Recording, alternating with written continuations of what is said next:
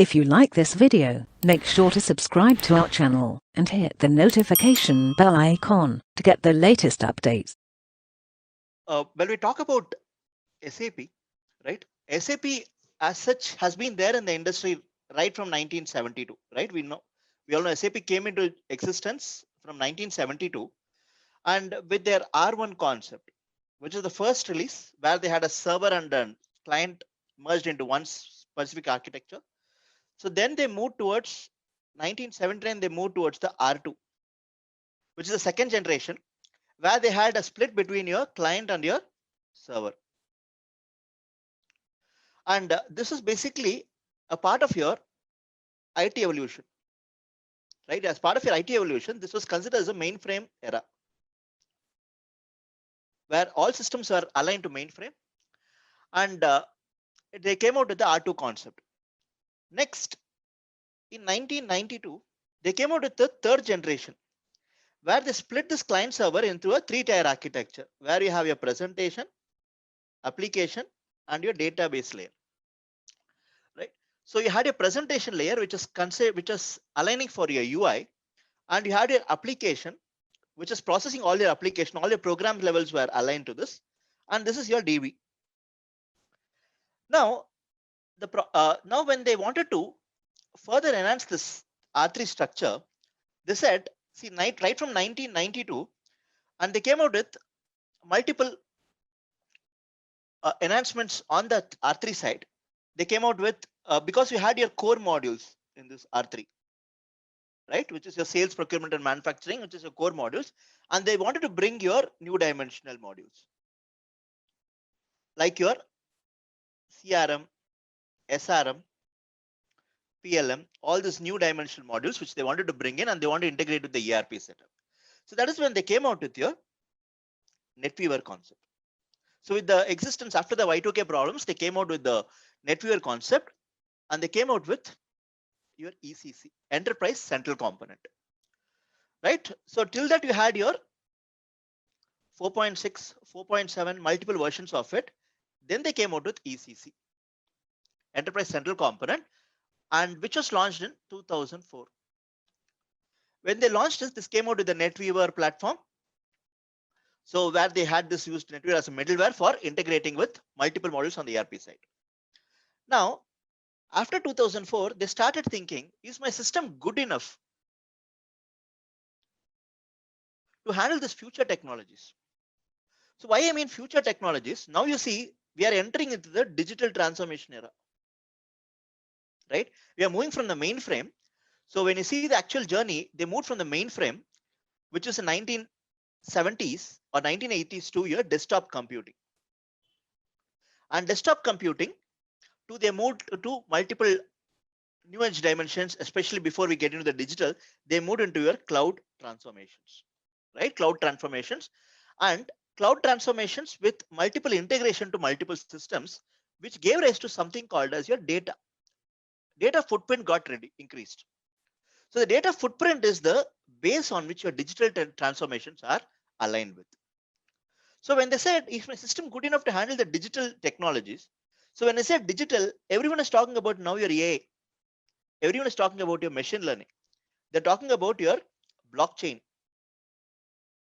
They're talking about your big data. They're talking about your augmented reality, virtual reality, mixed reality. So all these things. Now they're talking about something called as your RPA, robotic process. So all this is all digital transformation technologies. The base for all these things is data, right? Because it's completely a data-driven platform. So when I say data in the R3 structure, right? When you see at the end of the day, I have my presentation layer, application layer, and your database layer. So the data is aligned to the database, right? So data is aligned to the database. And the problem with SAP was, yes, they were owning this, they're owning this, but this is a non-SAP environment. The ecosystem itself was a non-SAP because they had to depend on some third-party vendor, like your MS SQL, DB2. They had multiple DBs, which is basically which was Only this and this layer was under the control of SAP. So they said, in order to address this data, because see, at the end of the day, this is going to speak. Whatever innovations I do here and here, it doesn't make much of an impact until unless the innovations are done here. For them to do the innovations at the database layer level, they did not have this particular layer, right? So they said, why don't I build my own database? So when I want to build my own database, the database should be in a position to handle my real-time processing data. Because now with this digital transformation, it's all about a data-driven mechanism. The major function of digital transformation is conversion from my system of records information to system of records. The data is there with me, but how will the data get leveraged if I don't convert it into record management? That is your reports, right? The same data should be valuable for a business until and unless the information gets converted to records or reports. Okay. Now, when you talk about your real-time processing, right? So it has to be an instantaneous. The moment the data is there in my database, that data should be in a position to feature into my reporting. So for that, the data has to be swift enough in being pulled out from my database structures. So they said in the same, when you actually see a database, you have your CPU, you have your memory, and you have your DB. So the data moves from a database to the memory and it moves to the CPU. Of course, there is a cache involvement here, right? So when the data gets moved and the data, so when a CPU pulls the data, so when a request comes from the CPU, it goes downwards, pulls the data from the database, moves to the memory, processing is done, moves to the CPU, and the information is reverted back to the user, whoever has placed a request. Now, the problem is when the data moves from the database to the memory, it was consuming almost 80 to 90% of the time. As against when the data moves from the memory to the CPU, it is consuming the remaining 20% of the time. So in order to achieve this real-time processing, they said, I'm going to put my database onto the memory. That's when they designed their database, they said it is going to be a completely in-memory database. And the processing also will happen on the memory. So because they had something called as calculation engine built into the database as part of their memory structures. So a database has an in-memory database and it has an in-memory calculation engine. Okay. So when they designed this database, what they said is they wanted to have a real-time processing, right? Because ECC, your existing system, how it was working is, I have my data in my ECC that used to move to your BW systems, and BW systems used to work with BIBO2s, and that's where your reports are getting generated. But the data which is created here is not the data which will be actually, because this is a separate system, and this is a separate system, and data has to move from one system to the other, and this has to work with the BIBO tools, and finally the report has to be generated. So always there is something called as a real-time lag. So though many people used to say it was a real-time reporting, it was basically called as a near real-time reporting. So when you see it's a 4 to 5 hour old data which is being featured in the reports, not the data which is created at this moment.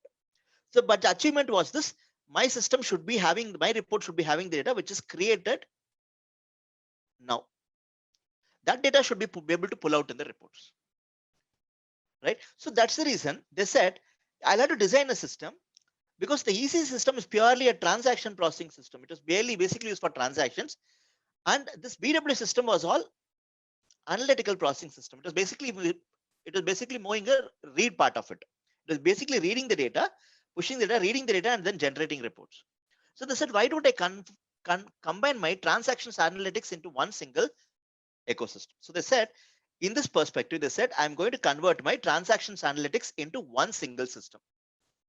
So transactions analytics into one single system. That's when the data which is created in in one system gets accessed in the same system, and the report gets generated. Right? So that is the third feature, along with your in-memory database and in-memory calculation engine, and your transactions analytics push into one single system. Okay. Having said this, now how the data gets accessed. At the end of the day, my database is storing all the data in form of my tables. Tables is basically a row and a column structure, right? So previously in your ECC systems, or all the databases were basically doing a row based reading. It used to read to every cell in the row and it used to fetch the data. So suppose they said if the data has to be, if there are 1,000 rows, if my data needs only 4 to 5 columns, but it has to go and read every row and then it has to fetch the result, right? So they said, let me break down the data into columnar structure. The same thing, if it goes and reads the columnar, not every column needs to be read because it has to be only the relevant columns which is required and they can fetch the information rather than reading every cell in every row in the database table.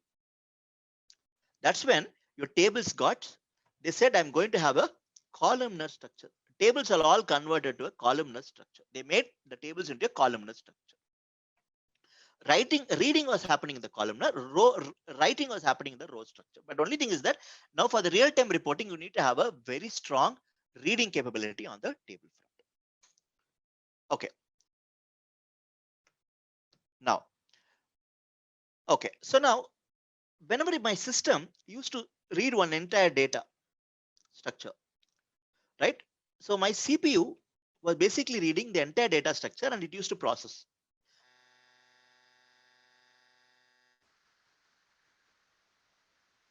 The same data gets broken down into small chunks of data. And this is being pushed into each core. So the data gets parallelly processed. When the data gets parallelly processed, the readability is much faster and your report making exercise is much faster in terms of your read. So this concept is called as multiple parallel processing, right? As I said, when they wanted to build their database, it is going to be an in-memory database, in-memory calculation engine, transactions, analytics into one single system. It's a columnar structure and you have your multiple parallel processing. So they said, what should I name this database? They named this database as HANA.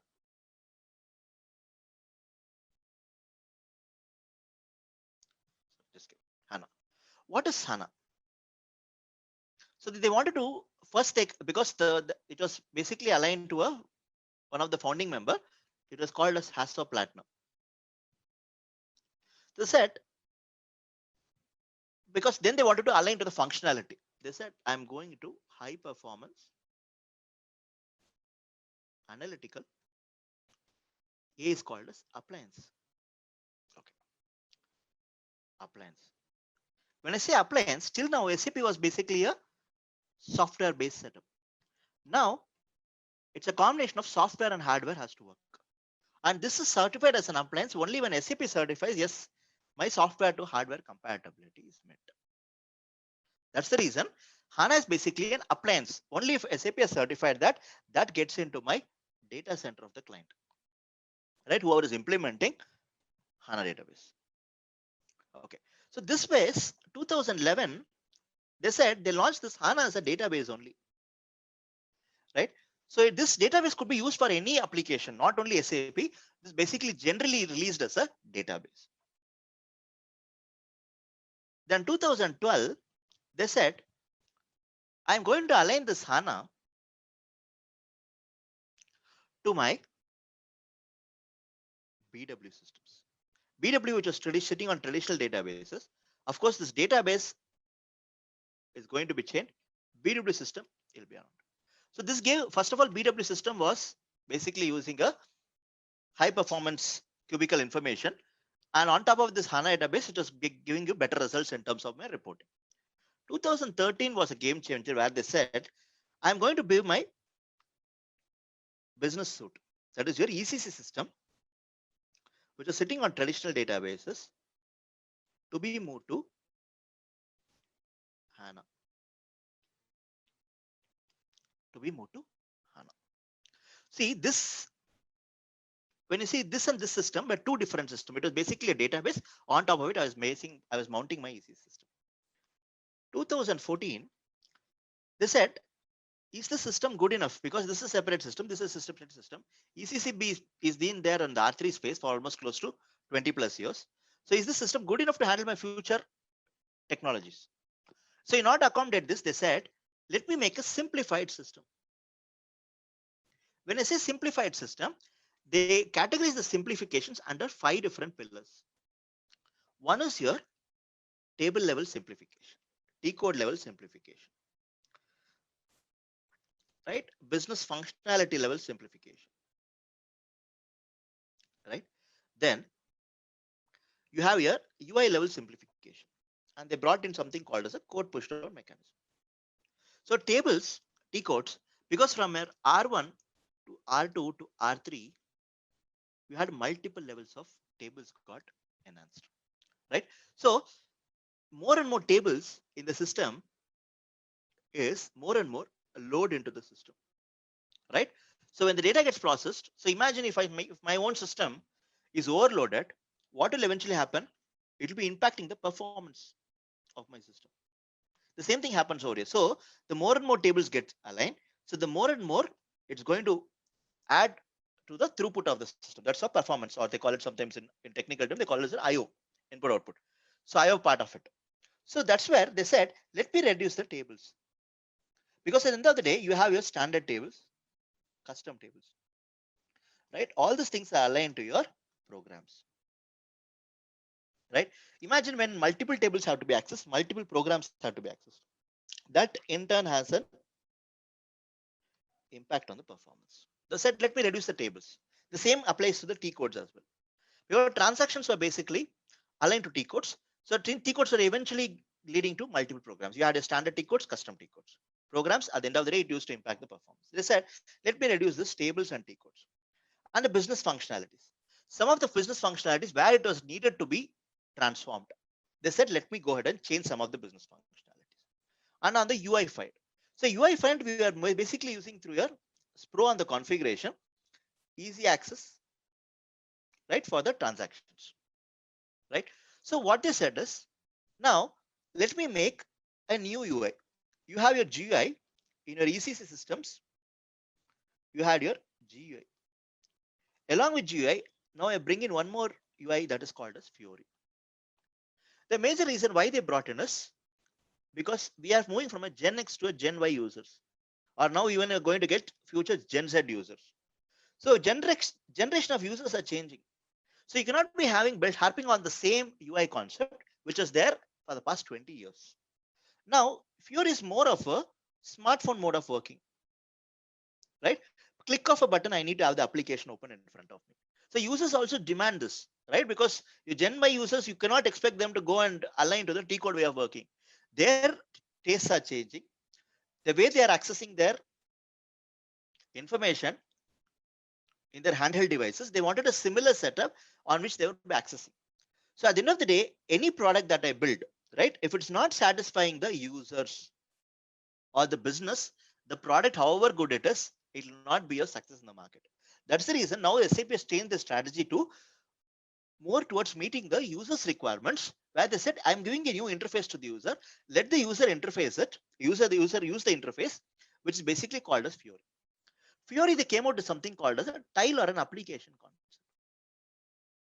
When I say tile, so we had your transactions, for example, your VS01 or your VF01 or your VL01N or your ME22N, ME21. So all these things, if I'm just saying create sales order as a tile, the moment I click on this, I need to get the sales orders screen open, right? No need for the users to remember those transactions, because those days are gone where users, we have been accustomed to this transaction mode of working, but the new gen users, they are more towards the smartphone way of using an application. So that's the reason now they're in order to meet their requirements on their and the generation of users which they're coming up with. So they said, I'm going to bring in your Fiori concept. So like this, they have a lot of analytical reporting, because from a user's perspective, even analytical reporting plays a major role. So that's the reason your information, a lot of standard reports are available, because for which in ECC you would have customized those reports. In S4HANA, they have come out with standardized reports. This Fiori is basically a game changer in this S4 structure.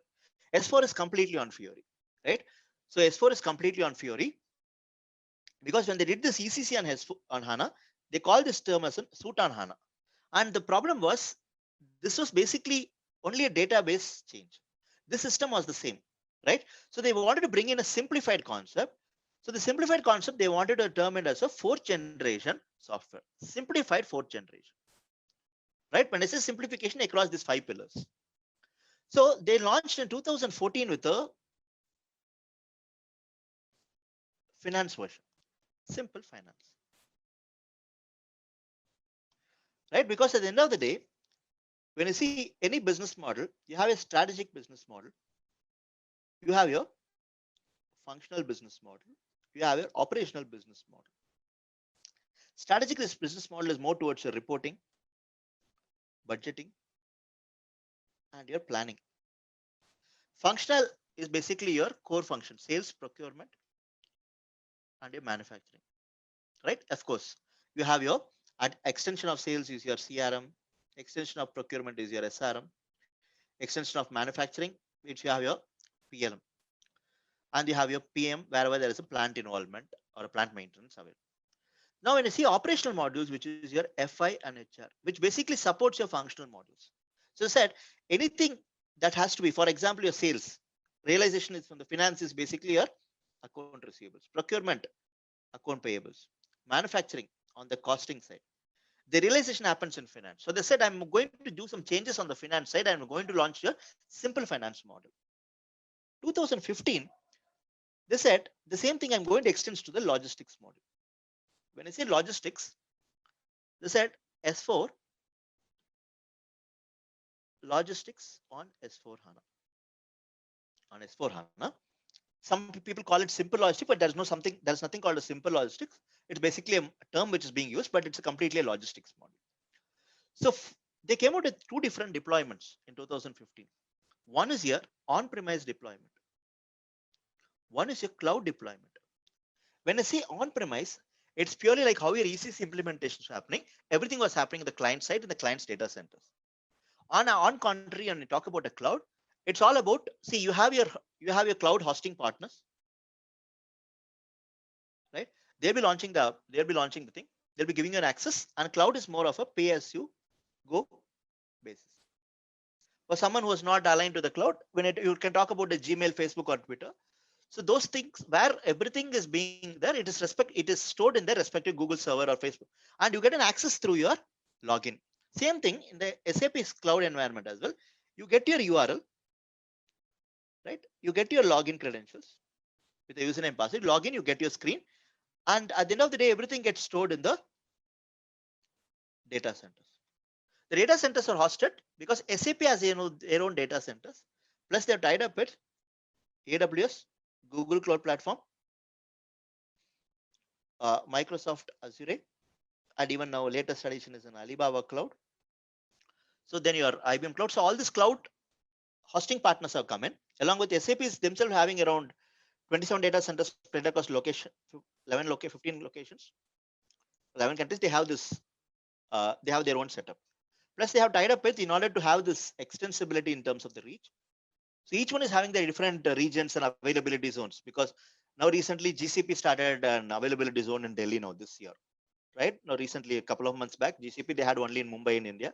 Now it started in Delhi. They have regions across so many countries and the availability zones where they can have this thing. Okay. Now, on-premise system, on country, it's completely in the client premises. So the first version,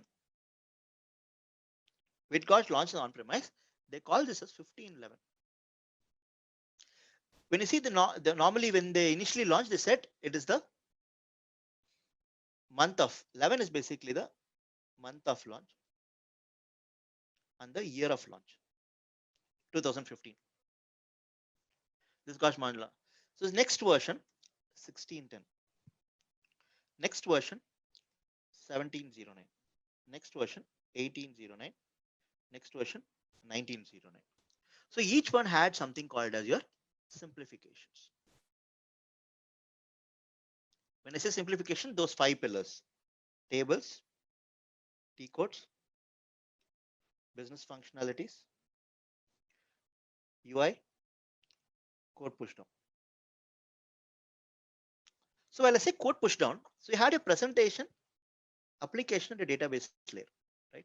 So the database was basically a third party. So all these programs were aligned to be executed at an application layer level, were executed to be at an application layer level.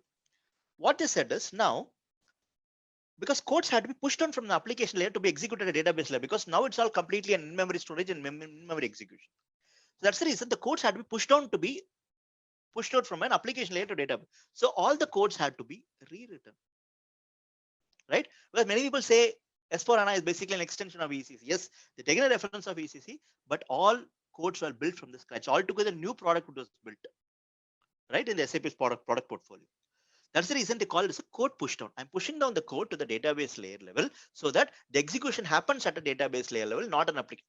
Logically, now application and database is merged now, right? Logically, though they don't call it as R2 structure, it is still an S4, but with the code push down mechanism. Codes have been pushed down from the application to the database through a rewriting mode.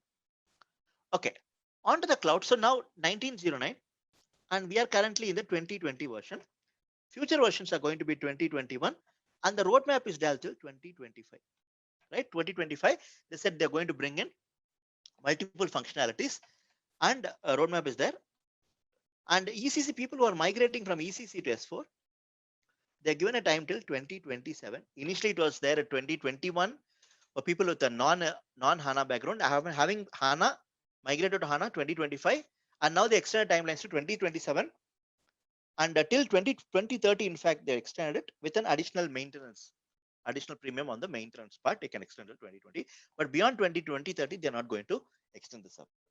And S4HANA is going to be supported till 2040. People whoever has implemented it, they're going to support it 2040. That's one thing that is there. Now,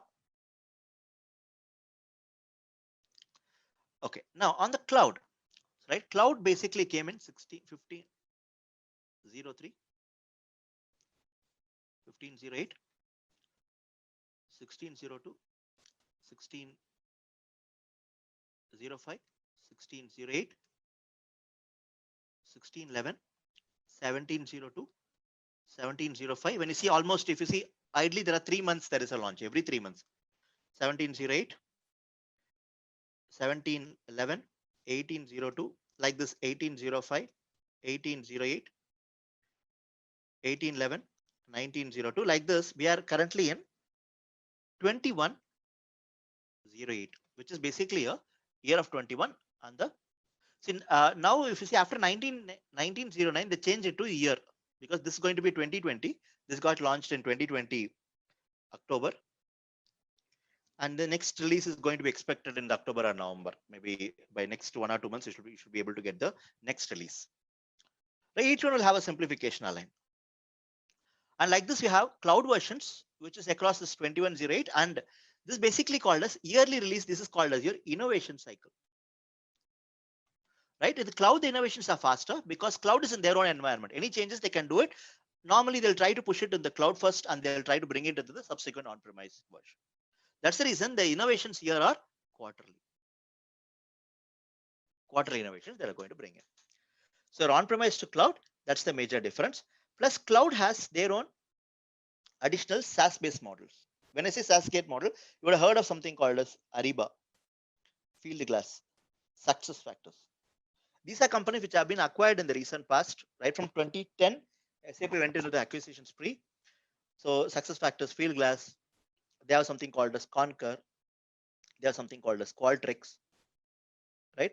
So all these companies have been acquired, and they have your Hybris, right? Hybris has been transformed now to something called as C4HANA.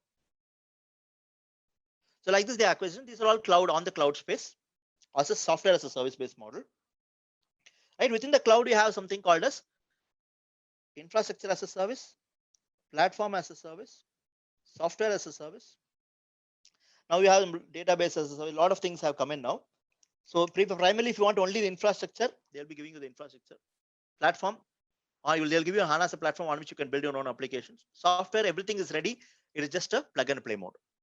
And database, you want to maintenance of a database, all this, there is again as software database as service. These are all different service models, delivery models, which is being offered on the cloud space.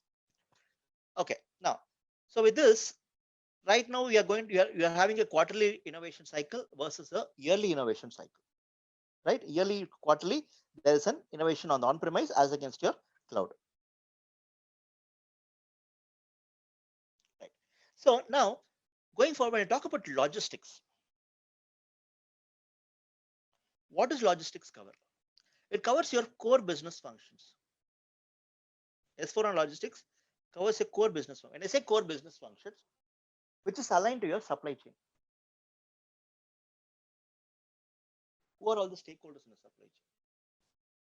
You have your suppliers, right? You have your manufacturers, you have your retailers, so maybe you can say distributors, retailers, and your end customers, right? So you have your suppliers supplying the components, manufacturers manufacturing the finished goods with the components, and this is sent to the sales SD. So your logistics as such is dealt with your sales, procurement, and your manufacturing, which is a core area. So till date, when you see any existing consultant will be a single module consultant, right? So you'll be specialized in sales, you'll be specialized in procurement. Now logistics as a module is looking to integrate your skill sets into a logistics oriented requirement, right? When I say a sales consultant should know the procurement process, manufacturing process, in order to be able to align to the logistics structure of it. That's the reason. Now, as part of our discussion, we'll be discussing about your simplifications, right? For in order to understand simplification, there are core concepts which is required from a logistics to understand what is there in ECC to what has changed. What is there in ECC to what has changed now in this 4? Plus, on all the 3 line of business. So previously they were calling it as modules. Now they call it as an LOB, which is line of business. When I say line of business, your sales is a line of business. They call it as sourcing and procurement and line of business. Manufacturing as a line of business, right? Across this line of businesses, they'll be discussed on the simplifications front.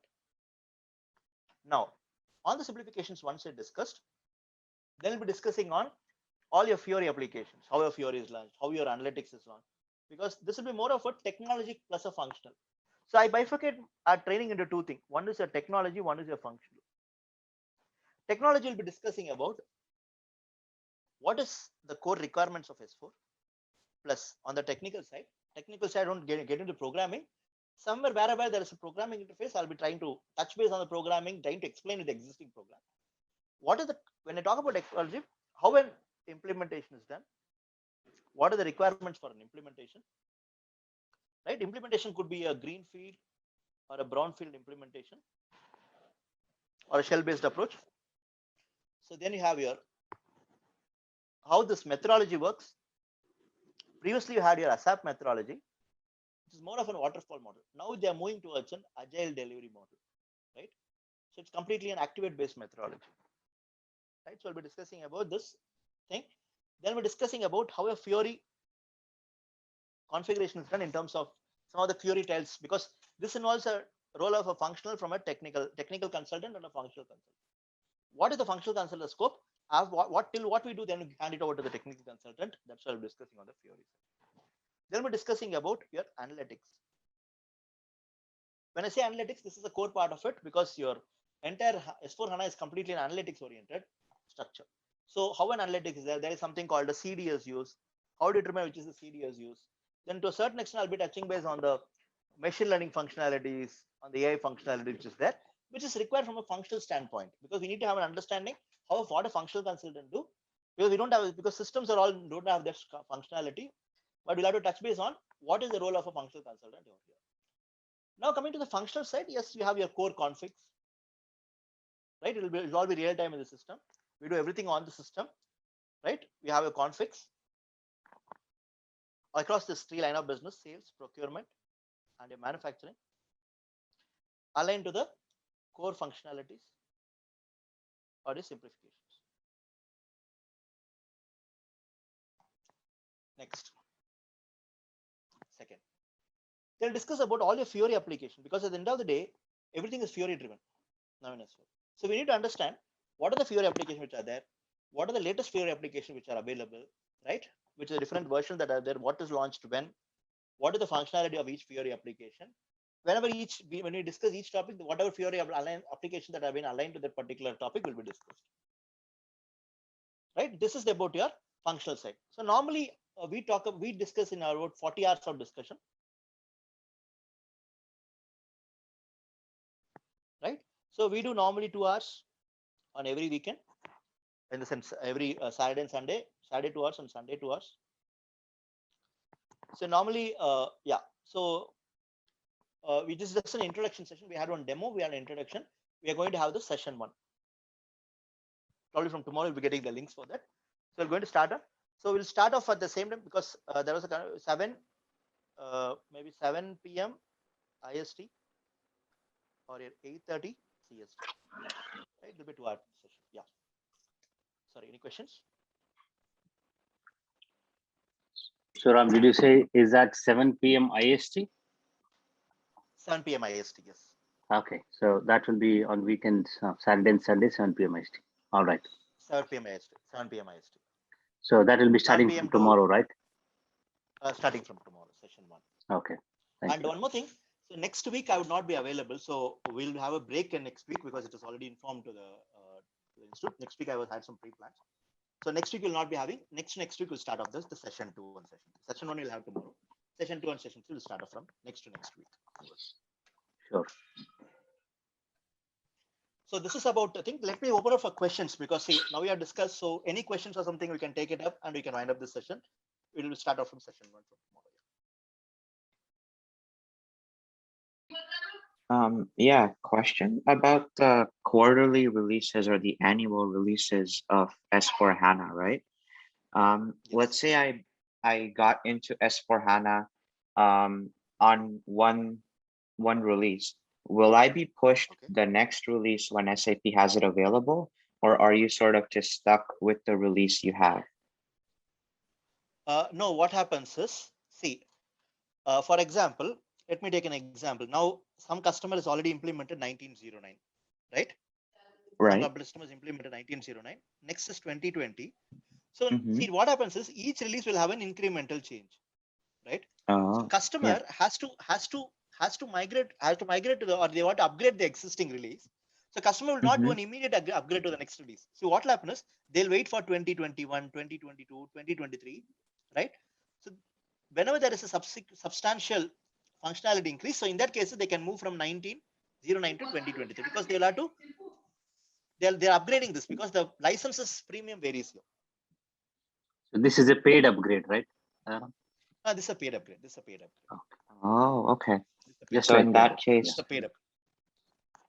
So in that case, any custom applications or custom functions will also need to be changed drastically, possibly. Yes. Yeah. See, what happens is here there could be a custom application, right? Wherein that could have been delivered as a standard application here, right? Because it's an innovation that is happening, right? Because at the end of the day, they take the customer's preferences, right? When SAP is designing it, they're taking the customer's requirement. When all customers say, I'm customizing it just because I'm not able to meet this requirement with this product, they could come out with the standard part of it as well. Because a lot of standard reports are available now in S4, which was not there in ECC, for which we had to customize it and bring it up to the requirement of the customers for the customers. Now everything is available as part of the standard, right? So a lot of things are standard. Yes, of course, customers will look for additional small incremental changes or any enhancement, which is possible. Okay, right? So, that makes sense. Now, yeah, because a lot of customers will try to use the standard reports. Along with that, whatever additional things that they want the report, they'll try to do with the custom part of it. Yes, that's true. Yeah, that's true. Thank this you. is how the structuring, the report structuring is going to be aligned. Right? I said that's what I said. The roadmap is going to be 2025, right? So currently we are in 2020, right? We have next 5 versions of S4 coming in on-premise. I'm talking about, right? Or maybe after 2025 also they might extend it to another 2 or 3 years of enhancement if they find more functionalities to be released, right? So there's another 5 to 6 years of enhancement which are pending or which are yet to see. Right? Okay. Now you see, now the market is slowly picking up to implement S4 because now customers also, they were on the wait and watch mode. Some customers have actually seen, yes, now it's right time. Now I'll have to migrate the database first to HANA, and then they move to the S4 HANA. A lot of customers, a lot of projects you see, they're into the DB migration. They're moving from the Yes. traditional MS SQL to the, or MS SQL, any existing DB to the HANA DB. Now from Mhm. HANA DB, Yeah. they'll be moving to the S4 now, going forward, whichever version. Yeah, that's exactly what we're doing at my company. We're moving from ECC to S/4HANA, but over the next 3 years or so. The next 3 years, yes. Yeah. Next 3 years, yeah, because they have a plan. So now slowly people start implementing it. That's the reason now the traction is there in the market now, especially now. Traction is the market now, especially the North American market is picking up. European markets are picking up. APAC is slightly slow, but it is also gearing up now in terms of the implementation, which is planned to happen now. Right. And you're saying that SAP is going to support S/4HANA and its incremental developments till 2030, right? So till then, people have a lot of time. Yes, 2027 was the official time, but with an additional 2% maintenance or something, they are going to support till 2030. Oh, okay. Yeah, initially it was only 2025, but since the slightly the adoption was slower and people were on this, so they said we'll give you another 5 more years of leverage where you can decide and we can start moving towards it. Mm-hmm. Yeah, That's how now it is aligned. Yeah. Yeah. So if no one has another question, I can. Like, I don't have much of a background with ECC. I've only worked on ECC for a year after getting my undergrad degree, right? Like, would this be sort of difficult to grasp, like going from ECC to S4?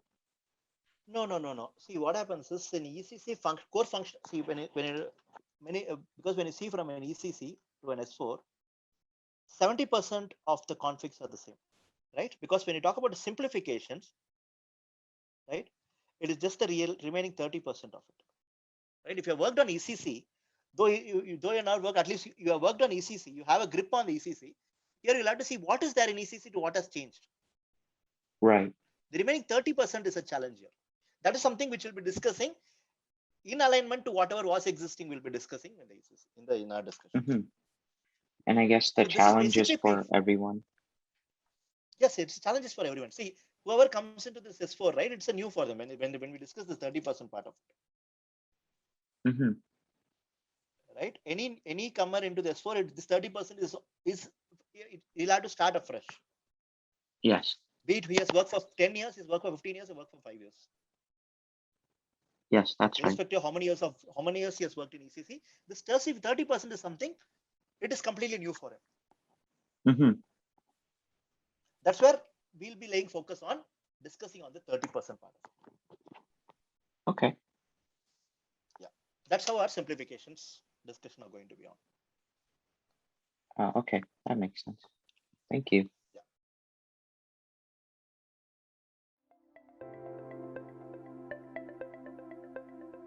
Thank you for attending the session. I hope you all enjoyed it. Don't forget to like and subscribe to our channel. Also, feel free to ask your questions in the comment section below, and we will reply to them at the earliest.